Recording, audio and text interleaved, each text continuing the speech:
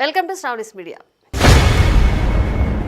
దేశంలో వివిధ ప్రాంతాల్లో మళ్లీ కోవిడ్ కేసులు నమోదు అవుతుండటంతో ప్రజల్లో మరోసారి భయాందోళనలు వ్యక్తమవుతున్నాయి. కేసులు క్రమంగా పెరుగుతున్న నేపథ్యంలో వైరస్ వ్యాప్తిని అడ్డుకోవడానికి మళ్లీ మాస్క్ వాడాల్సిందేనా అనే చర్చ తీవ్రమవుతోంది.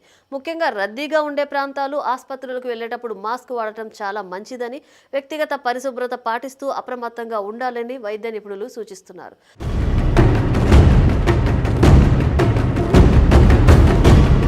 రద్దీ ప్రదేశాలు, ఆసుపత్రులకు వెళ్లేవారు, వయోవృద్ధులు, దీర్ఘకాలిక వ్యాధులతో బాధపడేవారు ముందు జాగ్రత్తగా మాస్క్ వాడటం మంచిదని వైద్యులు సూచిస్తున్నారు. కొన్ని రోజులుగా కరోనా కేసులు మళ్లీ పెరుగుతుండటం అధికారులను తీవ్ర ఆందోళనకు గురిచేస్తోంది.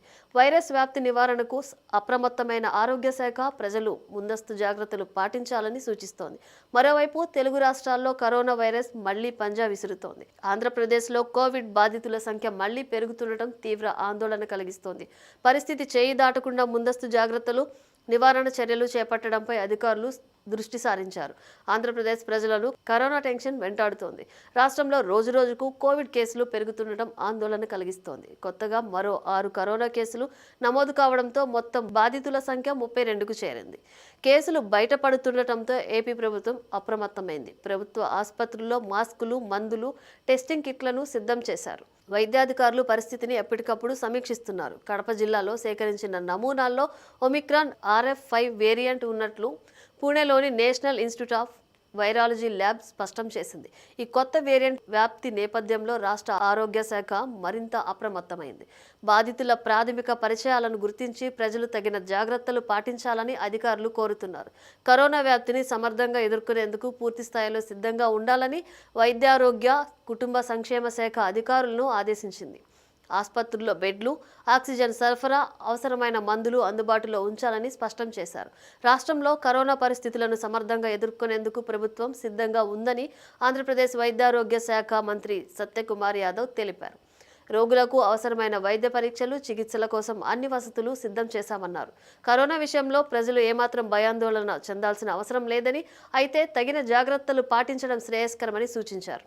వైరస్ వ్యాప్తి చెందకుండా ప్రతి ఒక్కరూ సామాజిక దూరం, వ్యక్తిగత పరిశుభ్రత తప్పనిసరిగా పాటించాలని అధికారులు సూచించారు. బాధితులకు ప్రత్యేకంగా ఏర్పాటు చేసిన కోవిడ్ వార్డులో ఉంచి మెరుగైన వైద్య సేవలు అందిస్తున్నారు. కేసుల సంఖ్య పెరుగుతున్న నేపథ్యంలో ఆసుపత్రి వర్గాలు ముందస్తు జాగ్రత్తలు ముమ్మరం చేశాయి.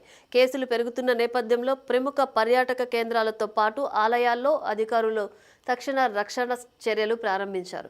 కరోనా ఒకరి నుంచి మరొకరికి వేగంగా వ్యాపించే వైరస్ కావడంతో రద్దీ, రవాణా మార్గాల్లో ప్రయాణించేవారు తప్పనిసరిగా ముందస్తు జాగ్రత్తలు పాటించాలని నిపుణులు సూచిస్తున్నారు.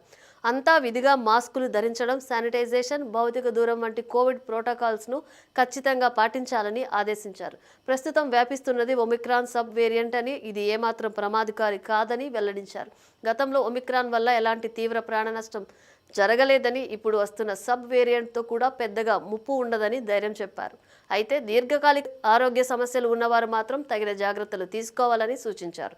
వ్యాధి నిరోధక శక్తి తక్కువగా ఉండే వారిపై ఈ వైరస్ కొంత ప్రభావం చూపే అవకాశం ఉన్నందున ఆ వర్గాలు కాస్త అప్రమత్తంగా ఉండాలని వైద్యులు స్పష్టం చేశారు.